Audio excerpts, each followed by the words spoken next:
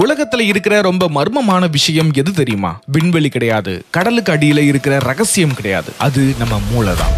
நாம ஏன் சில நேரத்துல முட்டாள்தனமா முடிவெடுக்கிறோம்? மத்தவங்க மனசுக்குள்ள என்ன ஓடுதுன்னு கண்டுபிடிக்க முடியுமா? பணம் சம்பாதிக்கிறதுக்கும் நம்ம குணத்துக்கும் என்ன சம்பந்தம்? இப்படி நம்ம வாழ்க்கையவே மாத்தி போடக்கூடிய 10 சூப்பர் சைக்காலஜி புத்தகங்களை பத்தி தான் இன்னைக்கு நம்ம பார்க்க போறோம். உங்க லைஃப்ல இருக்கிற குழப்பங்களை உடைக்க இந்த 10 புத்தகங்களும் 10 ரகசிய சாவிகளா இருக்க போகுது. ரொம்ப பேசாம அது என்னன்னு பாத்திரலாமா? ஹலோ மக்களே, நான் உங்கள் நண்பன் நேவர்ஸ். Welcome to the channel talk series podcast. நம்மளுடைய முதல் புத்தகம் திங்கிங் ஃபாஸ்ட் அண்ட் ஸ்லோ.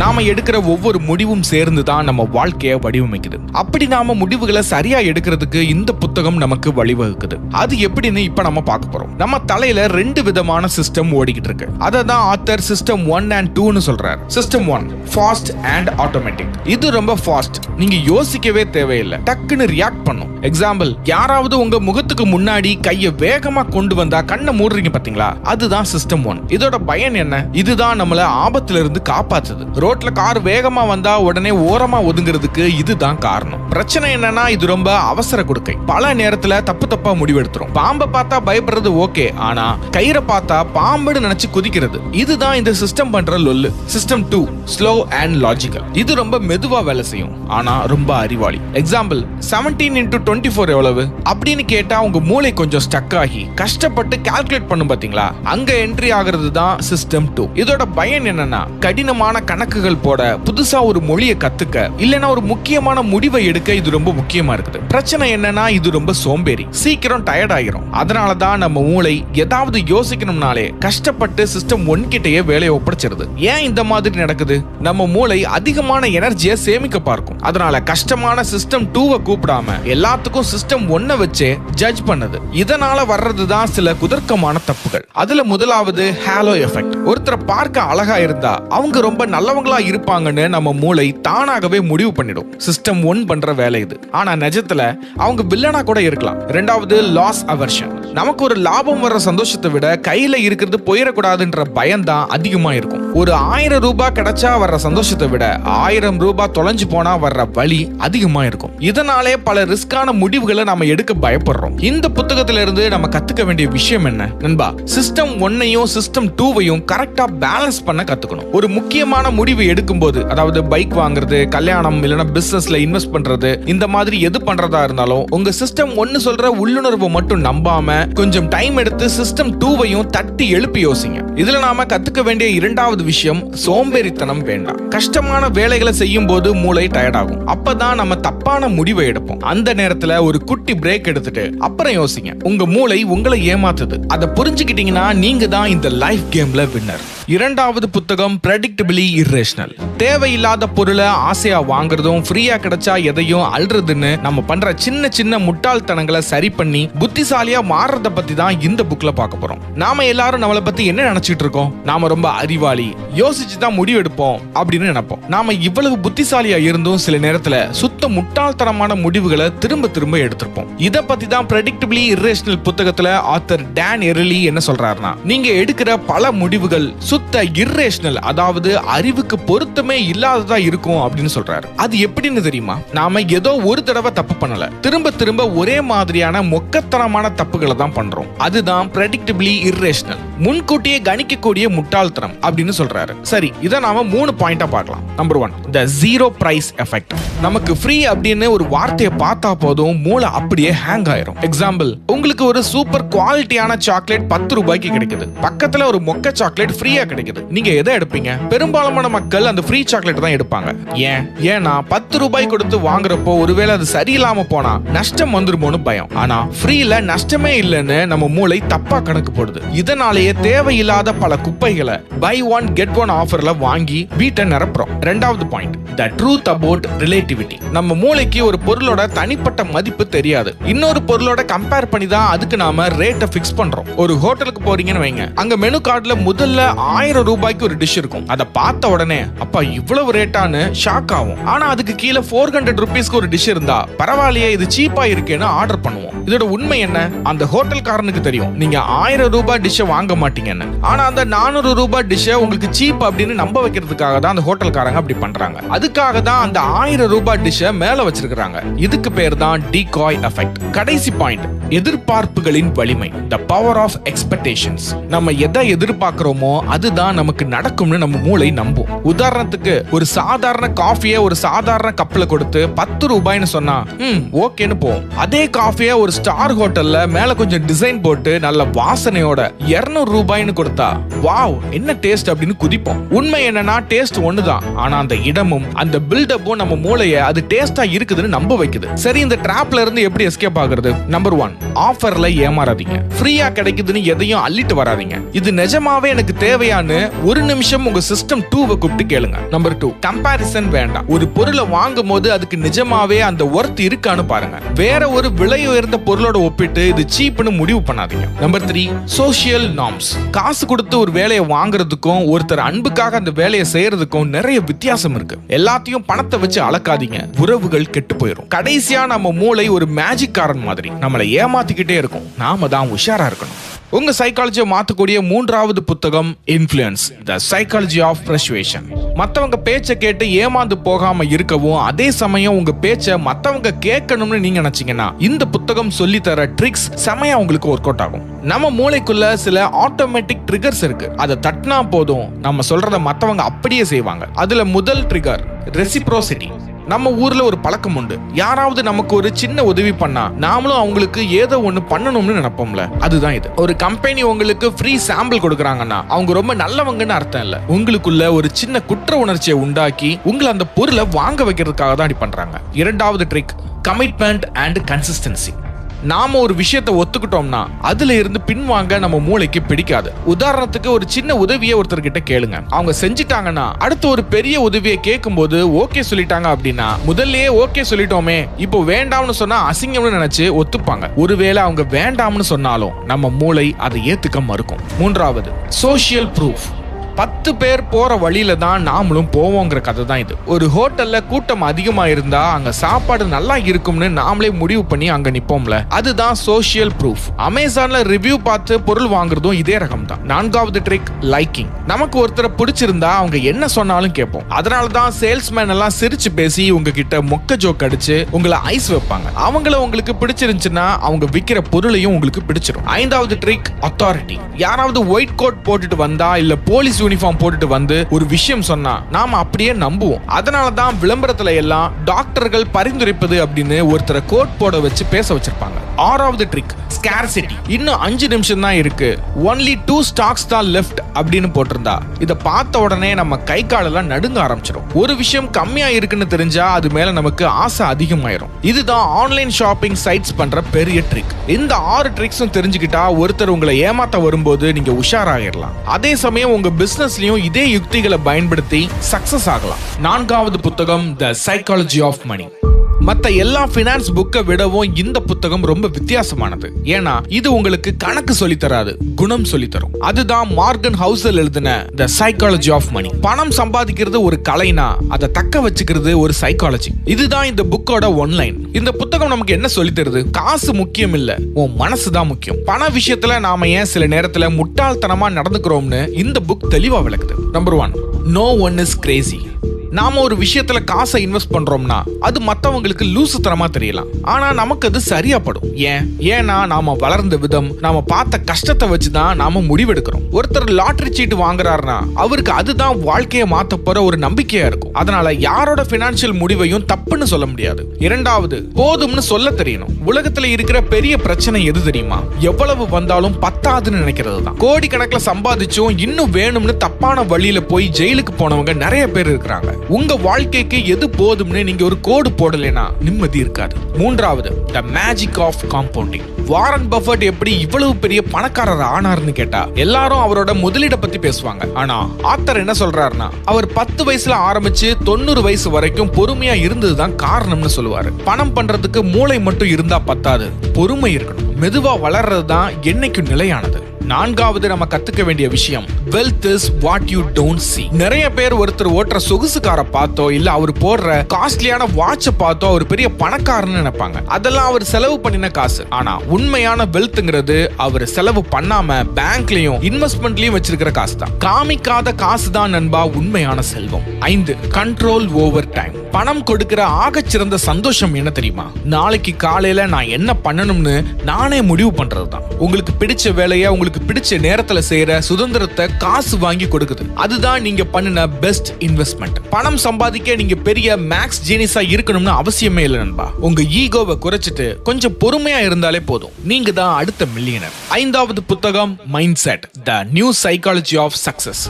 நீங்க ஒரு மிஸ்ட்ரி படத்துக்கு ரசிகரா இருந்தா இந்த புத்தகம் உங்க மூளைக்குள்ள இருக்கிற ஒரு பெரிய மர்மத்தை உடைக்க போகுது. நாம ஏன் ஜெயிக்கிறோம் ஏன் தோக்குறோங்கிற அந்த ரகசிய முடிச்ச அவிழ்க்கிறத பத்தி தான் இந்த புத்தகத்துல பார்க்க போறோம். நம்ம மூளைக்குள்ள இருக்கிற 2 கேரக்டர். இந்த உலகத்துல 2 விதமான ஆளுங்க இருக்காங்க நண்பா. இத ஒரு த்ரில்லர் படத்துல வர ஹீரோ வில்லன் மாதிரி பிரிச்சு பார்ப்போம். அதுல நம்மளுடைய வில்லன் யாருன்னா ஃபிக்ஸ்டு மைண்ட் செட். இந்த கேரக்டர் எப்படிப்பட்டது தெரியுமா? எனக்கு இவ்வளவுதான் அறிவு இருக்கு, இதுக்கு மேல என்னால வளர முடியாதுன்னு ஒரு கூண்டுக்குள்ளேயே தன்னை பூட்டி வச்சுக்கும். ஃபிக்ஸ்டு மைண்ட் செட்டோட பிரச்சனை என்னன்னா, ஒருத்தங்க ஒரு தப்பு பண்ணிட்டா அதை மறைக்க பார்ப்பாங்க. ஒரு தோல்வி வந்தா ஐயோ என் மானம் போச்சே, நான் ஒரு முட்டாள்னு எல்லாருக்கும் தெரிஞ்சிடுமேன்னு பயப்படுவாங்க. இதோட முடிவு என்னன்னா, புதுசா எதையும் ட்ரை பண்ணவே மாட்டாங்க. ஏன்னா புதுசா பண்ண போய் தோத்துட்டா அவங்க இமேஜ் டேமேஜ் ஆகிடும்னு நடுங்குவாங்க. இவங்க வளர்ச்சி ஒரு இடத்துல அப்படியே ஸ்டக் ஆகி நிற்கும். Number 2, growth mindset. இவன் தான் நண்பா நம்ம கதையோட ஹீரோ. இவன் அகராதியில தெரியாதுன்ற வார்த்தையே கிடையாது. இப்போதைக்கு தெரியாது, ஆனா கத்துக்கிட்டா கண்டிப்பா சாதிப்பேன்னு நினைப்பான். இவனுக்கு ஒரு தோல்வி வந்தா இவன் பயப்படவே மாட்டான். அந்த தோல்வியை ஒரு க்ளூ மாதிரி எடுத்துப்பான். ஓகே, இந்த வழியில போனா தோக்குறோம், அப்போ ரூட்டை மாத்துவோன்னு யோசிப்பான். சக்சஸ் சீக்ரெட் என்னன்னு இவனுக்கு தெரியும். திறமைங்கிறது பிறவிலே வர்றது கிடையாது, அது கஷ்டப்பட்டு உழைச்சா வர்ற ஒரு விஷயம்னு இவன் ஒவ்வொரு நாளும் அப்டேட் ஆயிட்டே இருப்பான். இந்த growth மைண்ட் செட்டை எப்படி கொண்டு வர்றது? நீங்க ஒரு எக்ஸாம்ல ஃபெயில் ஆகுறீங்க இல்ல பிசினஸ்ல நஷ்டம் ஆகுறீங்க அப்படின்னா அப்போ உங்க மூளை மவனே நீ வேஸ்ட்னு சொன்னா அது அந்த வில்லன், அதாவது ஃபிக்ஸ்டு மைண்ட் செட் பேசுற பேச்சு. உடனே நீங்க இல்லடா இது ஒரு லேர்னிங் ப்ராசஸ், அடுத்த தடவை இதை விட மாசா பண்ணுவேன்னு சொன்னீங்கன்னா அதுதான் ஹீரோ, அதாவது உங்களுடைய growth மைண்ட் செட் சொல்ற விஷயம். இந்த உலகத்துல இருக்கிற பெரிய பெரிய கிரிமினல் மைண்ட் செட்ல இருந்து ஜீனியஸ் வரைக்கும் எல்லாரையும் பிரிச்சு பார்த்தா இந்த மைண்ட் செட் தான் வித்தியாசப்படும். உங்க வாழ்க்கையில வர்ற கஷ்டங்கள் உங்களை அழிக்க வர்றது இல்ல நண்பா, உங்களை செதுக்க வருது. உங்க மூளைக்குள்ள இருக்கிற அந்த ஃபிக்ஸ்டு மைண்ட் செட் வில்லனை இன்னைக்கு காலி பண்ண ரெடியா இருக்கிறீங்களா? நாம இதுவரைக்கும் பார்த்த இந்த 5 புத்தகங்களும் நம்ம வாழ்க்கையை அடுத்த லெவலுக்கு கொண்டு போக தேவையான ஒரு ஸ்ட்ராங் ஃபவுண்டேஷனை கொடுத்திருக்கும்னு நான் நம்புறேன். நம்ம மூளை எடுக்கிற தப்பான முடிவுகளை திருத்துறதுல இருந்து பணத்தை எப்படி பார்க்கணும், நம்ம மைண்ட் செட்டை எப்படி பாசிட்டிவா மாத்திக்கணும்னு பல முக்கியமான ரகசியங்களை இப்ப தெரிஞ்சுக்கிட்டோம். ஆனா இது வெறும் ஆரம்பம் தான் நண்பா. இதோட ரியல் கேம் இன்னும் முடியல. மத்தவங்களோட குணத்தை எப்படி புரிஞ்சுக்கிறது, எல்லாரு கூடயும் எப்படி ஒரு ஹெல்த்தியான ரிலேஷன்ஷிப் வச்சுக்கிறது, அப்புறம் இந்த உலகமே தேடிக்கிட்டு இருக்கிற அந்த உண்மையான மகிழ்ச்சி நமக்கு எங்க கிடைக்கும், இந்த எல்லா கேள்விகளுக்கும் விடை அடுத்த பார்ட்ல காத்துக்கிட்டு இருக்குது. பார்ட் 2 மிஸ் பண்ணாம பாருங்க. உங்களை செதுக்க போற இன்னும் 5 பவர்ஃபுல் புத்தகம் அங்க இருக்கு. நாம ஏன் மத்தவங்க கிட்ட சில நேரத்துல சொதப்புறோம், மத்தவங்களை எப்படி நம்ம பக்கம் ஈர்க்கிறது, அப்புறம் இந்த பரபரப்பான வாழ்க்கையிலையும் எப்படி நிம்மதியா இருக்கிறது, இந்த மாதிரி நம்ம பர்சனாலிட்டியை டோட்டலா மாத்த போற 5 அற்புதமான புத்தகங்களை இப்ப நம்ம பார்க்க போறோம். வாங்க பார்ட் 2 ஓட அந்த முக்கியமான 5 புத்தகங்களுக்குள்ள போவோம். 6வது புத்தகம், த லா ஆஃப் ஹியூமன் நேச்சர். இந்த உலகத்துல இருக்கிறதுலயே ரொம்ப டேஞ்சரான விலங்கு எது தெரியுமா? சிங்கம், புலி கிடையாது, அது மனுஷன் தான். உங்களை சுத்தி இருக்கிறவங்க ஏன் இப்படி நடந்துக்கிறாங்கன்னு அவங்க மனசை படிக்க இது உதவும். மத்தவங்க கிட்ட ஏமாறாம இருக்கவும் எல்லாரையும் ஈஸியா ஹேண்டில் பண்ணவும் இது ஒரு சூப்பரான புத்தகம். கூடவே இருந்து குழி பறிக்கிறவங்க, முகமுடி போட்டுட்டு நடிக்கிறவங்கன்னு நம்மளை சுத்தி எக்கச்சக்கமான மர்மமான கேரக்டர்ஸ் இருக்காங்க. அவங்க ஏன் அப்படி பண்றாங்க? அவங்க மனசுக்குள்ள என்ன ஓடுது? இந்த மர்மத்தை எல்லாம் அக்கு வேற ஆணி வேற பிரிக்க போறோம். மனிதன் முகமுடிக்கு பின்னாடி இருக்கும் மர்மம். நண்பா, இந்த புக்ல ஆத்தர் சொல்ற சில முக்கியமான சட்டங்களை ஒரு விலாவரியா பார்ப்போம். Number 1, the law of irrationality. யாரும் யோசிச்சு பண்றது இல்ல. நம்ம எல்லாரும் என்ன நினைச்சுக்கிட்டு இருக்கோம், நாம ரொம்ப லாஜிக்கலா முடிவெடுக்கிறோம் அப்படின்னு. ஆனா நிஜம் என்னன்னா, நாம எல்லாருமே உணர்ச்சி பூர்வமா தான் முடிவெடுக்கிறோம். ஒருத்தன் கோவத்துல ஒரு தப்பு பண்றான்னா அது அவன் கிடையாது, அவனுக்குள்ள இருக்கிற அந்த எமோஷனல் மிருகம் தான் அதை பண்ணுது. அவங்க ஏன் அப்படி பண்றாங்கன்னு நீங்க புரிஞ்சுக்கிட்டீங்கன்னா நீங்க அவங்க மேல கோவப்படவே மாட்டீங்க, அவங்களை ஈஸியா ஹேண்டில் பண்ணுவீங்க. 2, த லா ஆஃப் ரோல் பிளேயிங். இந்த உலகமே ஒரு பெரிய நாடக மேடை. எல்லாரும் ஒரு முகமுடியை போட்டுட்டு தான் சுத்திட்டு இருக்காங்க. ஒருத்தர் உங்ககிட்ட ரொம்ப நல்லவரா நடிக்கிறாருன்னா அதுக்கு பின்னாடி ஒரு ரகசிய அஜெண்டா இருக்கலாம். ஒருத்தரோட வார்த்தையை மட்டும் நம்பாதீங்க. அவங்க உடம்பு என்ன சொல்லுது, அதாவது பாடி லாங்குவேஜ் என்ன சொல்லுதுன்னு பாருங்க. அவங்க கண்ணு எங்க பாக்குது, வாய் சிரிக்கும் போது கண்ணு சிரிக்குதான்னு கவனிங்க. அங்கதான் அவங்களோட உண்மையான முகம் வெளியே வரும். 3. The law of envy. நம்ம கூடவே இருப்பாங்க, நம்ம ஜெயிச்சா சிரிப்பாங்க, ஆனா உள்ளுக்குள்ள இவன் மட்டும் எப்படி ஜெயிச்சான்னு ஒரு பயங்கரமான பொறாமை தீ எரிஞ்சுக்கிட்டே இருக்கும். இந்த பொறாமை தான் பல துரோகங்களுக்கு ஆரம்பம். ஒருத்தர் உங்களை காரணமே இல்லாம மட்டம் தட்டுறாங்கன்னா, இல்ல நக்கலாம் பேசுறாங்கன்னா, அவங்க மனசுக்குள்ள அந்த பொறாமைங்கிற வில்லன் வேலை செய்யறான்னு அர்த்தம். உஷாரா இருங்க நண்பா. 4. The law of shadow. நம்ம எல்லாருக்குள்ளேயும் ஒரு ஷேடோ இருக்கு. அதாவது நாம வெளியே காமிக்க பயப்படுற நம்மளுடைய ஆசைகள், கோபங்கள். இதை நாம அடக்கி வைக்க பார்க்கும்போது அது வேற ஒரு தப்பான வழியில வெடிக்கும். நம்மளோட அந்த இருட்டு பக்கத்தை நாம புரிஞ்சுக்கிட்டு அதை கண்ட்ரோல் பண்ண கத்துக்கணும். இந்த புத்தகத்தை நீங்க படிச்சா உங்களை சுத்தி இருக்கிறவங்க போடுற அந்த டிராமாவை எல்லாம் நீங்க ஈஸியா கண்டுபிடிச்சிடலாம். யாரு நல்லவன், யாரு கெட்டவன், யாரை நம்பலாம், யாரு கிட்ட தள்ளி இருக்கலாம்னு உங்களுக்குள்ள ஒரு கிளியரான ஒரு ஐடியா கிடைச்சிடும். நாம பார்க்க போற 7வது புத்தகம் கேம்ஸ் பீப்புள் பிளே. சில நேரத்துல உங்களுக்கே தோணிருக்கா, நாம ஏன் இந்த ஆளுகிட்ட மாட்டிக்கிட்டு இப்படி ஒரு மொக்கையான வாக்குவாதத்தை பண்றோம், இல்ல இவங்க ஏன் என்கிட்ட இப்படி பேசுறாங்க அப்படின்னு யோசிச்சிருக்கீங்களா? ஏன்னா நாம தெரியாமலே மத்தவங்க விளையாடுற ஒரு சைக்காலஜி கேம்ல சிக்கிக்கிட்டு இருக்கிறோம். வாங்க இந்த மர்மமான கேமை அக்கு வேற ஆணி வேற பிரிக்கலாம்.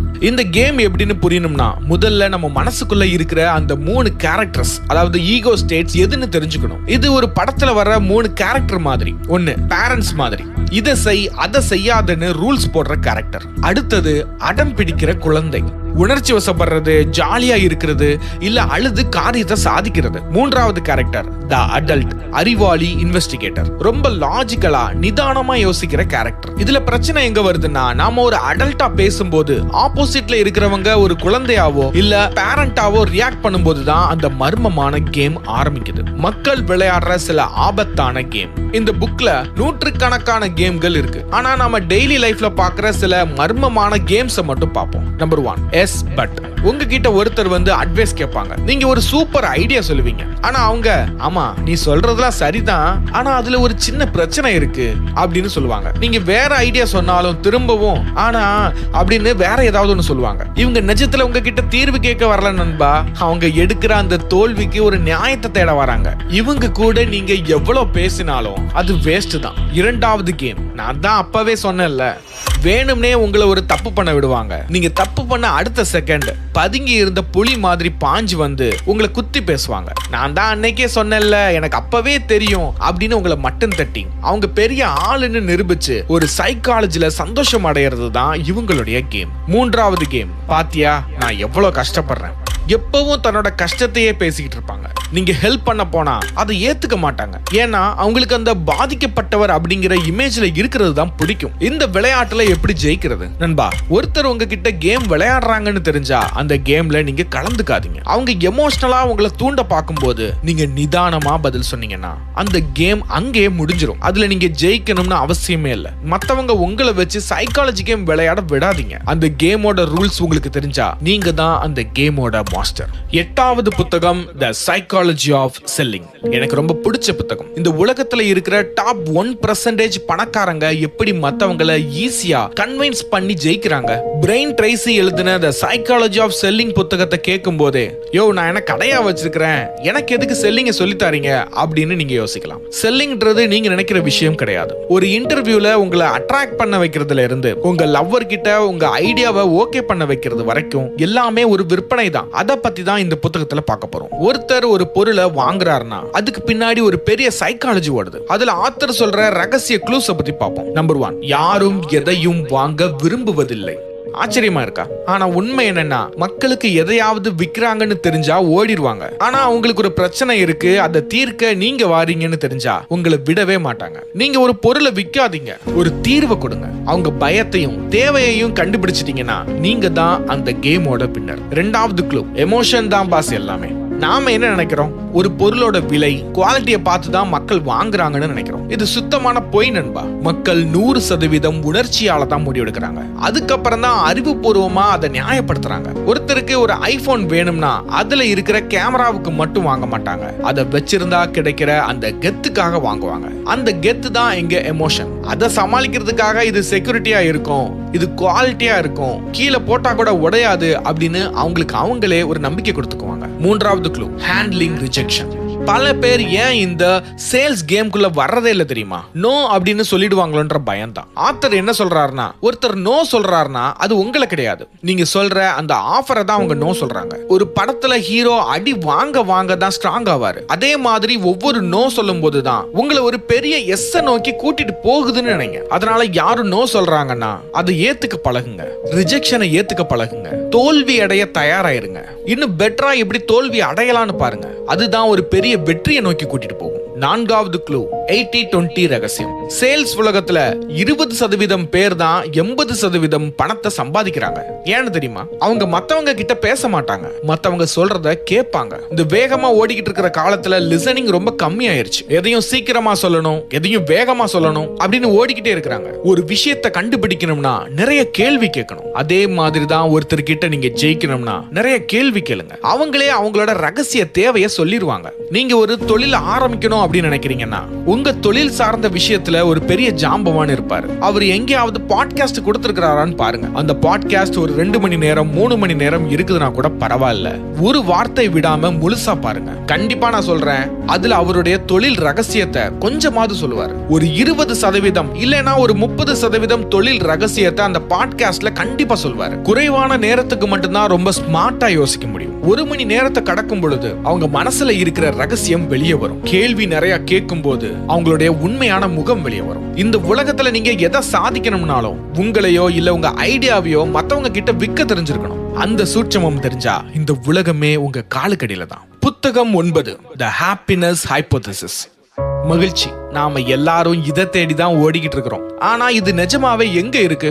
நாம ஏன் இவ்வளவு ஓடியும் இன்னும் நிம்மதி இல்லாம இருக்கிறோம்னு இது புரிய வைக்கும். நிஜமான சந்தோஷம் எங்க இருக்குதுன்னு தெரிஞ்சுக்கிட்டு ஒரு திருப்தியான வாழ்க்கைய வாழ இந்த புத்தகம் வழிகாட்டும். பழங்காலத்து ஞானத்தையும் இன்னைக்கு இருக்கிற நவீன அறிவியலையும் ஒன்னா சேர்த்து அந்த மகிழ்ச்சி ஒளிஞ்சிருக்கிற இடத்தை கண்டுபிடிக்க போறோம். வாங்க ரகசியத்தை கண்டுபிடிக்கலாமா? நம் மனதிற்குள் ஒரு யானை இருக்கிறது. ஆத்தர் ஒரு சூப்பரான உதாரணம் சொல்றாரு. நம்ம மனச ஒரு யானை மாதிரியும் அதை ஓட்டுற பாகன் மாதிரியும் ரெண்டா பிரிச்சுக்கிறாரு. நம்பர் 1, தி எலிஃபண்ட். நம்மளோட உள்ளுணர்வு, உணர்ச்சிகள், ஆசைகள் எல்லாம் இந்த யானை தான். இது ரொம்ப பவர்ஃபுல், ஆனா இதுக்கு அறிவு கம்மி. இதுக்கு என்ன தோணுதோ அதை தான் செய்யும். ரெண்டாவது, தி ரைடர், அதாவது பாகன். நம்மளுடைய அறிவு, லாஜிக்கலா திங்க் பண்றது, இது எல்லாம் இந்த பாகன் தான். இவன் யானைய திருத்த பார்ப்பான். யானை ஒரு பக்கம் போகணும்னு முடிவு பண்ணிட்டா அந்த பாவப்பட்ட பாகனால அதை தடுக்கவே முடியாது. அதனாலதான் நாம நாளைக்கு காலையில 5 மணிக்கு எழுந்து படிக்கணும்னு அறிவு சொன்னாலும், அதாவது பாகன் சொன்னாலும், மனசு அப்படின்ற எலிஃபண்ட் தூக்கத்திலே இருக்க ஆசைப்படுது. இந்த 2 பேருக்கும் நடுவுல நடக்கிற போராட்டம் தான் நம்ம வாழ்க்கையோட பெரிய ரகசியமே.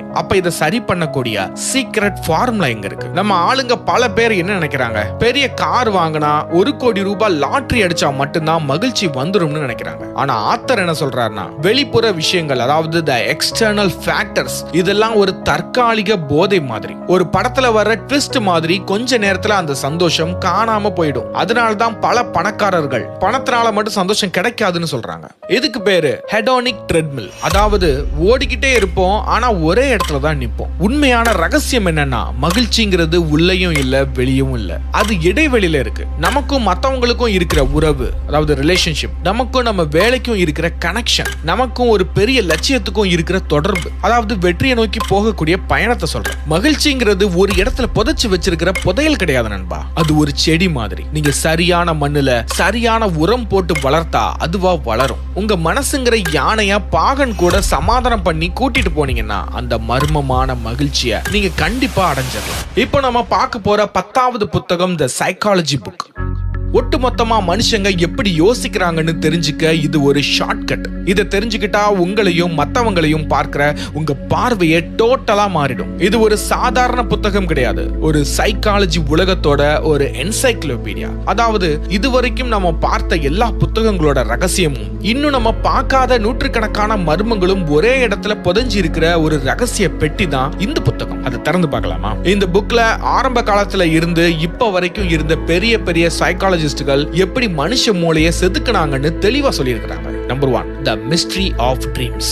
சிக்மண்ட் ஃப்ராய்ட் அப்படிங்கிற சைக்காலஜிஸ்ட் என்ன சொல்றாரு அப்படின்னா, உன் மனசு ஒரு பனிப்பாறை மாதிரி. வெளியே தெரியறது கொஞ்சம் தான், ஆனா உள்ளுக்குள்ள ஒரு பயங்கரமான மர்மமான உலகமே இருக்குன்னு சொல்றாரு. நம்ம கனவுகள் கூட சும்மா வர்றது இல்லையா, அது நம்ம ஆழ் மனசுல இருக்கிற ரகசிய ஆசைகளோட க்ளூஸ் அப்படின்னு சொல்றாரு. இரண்டாவது, சோஷியல் சைக்காலஜி. ஒரு குரூப்ல இருந்தா நாம ஏன் நம்ம புத்தியை இழந்துட்டு மத்தவங்க சொல்றத அப்படியே கேட்கிறோம்? இதை புரிஞ்சுக்கணும் அப்படின்னா மில்கிராம் அப்படிங்கிறவர் பண்ண ஒரு விசித்திரமான பரிசோதனையை பத்தி நீங்க தெரிஞ்சுக்கணும். 2 குழுக்களா மில்கிராம் ஆட்களை பிரிக்கிறாரு. முதல் குழுவுல ஆசிரியர்கள், 2வது குழுவுல மாணவர்கள் மாதிரி இருக்கிற நடிகர்கள். இதனுடைய பரிசோதனை என்னன்னா, ஆசிரியர்கள் கேட்கிற ஒவ்வொரு கேள்விக்கும் சரியான விடையை மாணவர்கள் கொடுக்கணும். தப்பா பதில் சொல்றவங்களுக்கு ஆசிரியர்கள் தண்டனையா 15 இருந்து 450 வோல்ட் எலக்ட்ரிக் ஷாக்க கொடுக்கலாம். ஒவ்வொரு தடவையும் மாணவர்கள் தவறான பதில் சொல்லும் போது ஆசிரியர்கள் மின்சாரத்தை செலுத்துறாங்க. அந்த மாணவர்கள் மாதிரி இருக்கிற நடிகர்கள் மின்சாரம் தாக்காமலே ஷாக் அடிச்ச மாதிரி கதறாங்க. இத பார்த்து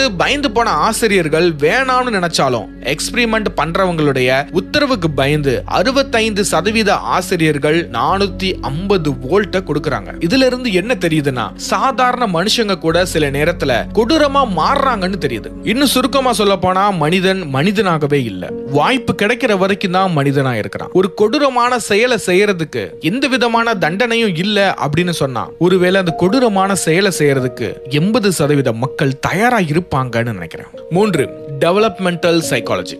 ஒரு சின்ன குழந்தை எப்படி உலகத்தை பாக்குது, அவங்க மூளை எப்படி கொஞ்சம் கொஞ்சமா ஒரு கிரிமினல் மாதிரியோ இல்ல ஒரு ஜீனியஸ் மாதிரியோ மாறுது. ஜீன் பேகட் அப்படிங்கிறவரு அவருடைய சொந்த குழந்தைய வச்சு இந்த ஆராய்ச்சியை பண்றாரு. உதாரணத்துக்கு, ஒரு குழந்தை கிட்ட இருந்து ஒரு பொம்மையை மறைச்சு வச்சா அது அந்த பொம்மைய உலகத்திலே இல்லைன்னு நினைச்சிடும். ஆனா கொஞ்சம் வளர வளரதான் மூளை அந்த மர்மங்களை அவிழ்க்க ஆரம்பிக்குது. இதே மாதிரி தான் நாம ஒவ்வொரு வயசுலயும் ஒவ்வொரு அனுபவங்களை கத்துக்கிட்டு இருக்கிறோம். அந்த அனுபவத்துக்கு ஏத்த மாதிரி நாம முடிவுகளை எடுக்கிறோம். அதுக்கு ஏத்த மாதிரி தான் நம்ம வாழ்க்கையும் மாறுது. இப்படி நம்மளுடைய மூளை யோசிக்கிறதுக்கு பெயர் தான் டெவலப்மெண்டல் சைக்காலஜி. நம்மளுடைய ஒவ்வொரு நாளும் நம்ம சிந்திக்கிற முறை வளர்ச்சி அடைஞ்சுக்கிட்டே இருக்குது. நம்ம வயசுக்கு தகுந்த மாதிரி நம்மளுடைய சிந்தனையும் மாறுது. இதை தான் மேப்பிங்னு சொல்றாங்க. நீங்க ஒரு இன்வெஸ்டிகேட்டர் மாதிரி இந்த புக்கை ஒரு ரவுண்ட் வந்தீங்கன்னா உலகத்துல இருக்கிற எல்லா மனுஷங்களோட குணத்தையும் உங்களால ஈஸியா கணிச்சிட முடியும். ஒரு வழியா இந்த 10 அற்புதமான சைக்காலஜி புத்தகங்களையும் பார்த்து முடிச்சாச்சு. பார்ட் 1 பார்க்காதவங்க கீழே இருக்கிற டிஸ்கிரிப்ஷன்ல லிங்க் கொடுத்துருக்கேன், மறக்காம செக் பண்ணி பாருங்க. நாம இப்போ தெரிஞ்சுக்கிட்ட இந்த விஷயம் எல்லாம் வெறும் தகவல் மட்டும் கிடையாது, இது உங்களை நீங்களே செதுக்க போற